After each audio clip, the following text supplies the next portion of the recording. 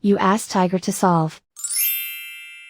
This deals with linear equations with one unknown. The final result is x equals -13. Let's solve it step by step. Swap sides. Group all constants on the right side of the equation. Add 10 to both sides. Simplify the arithmetic.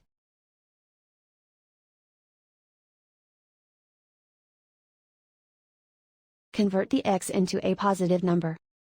Multiply both sides by -1.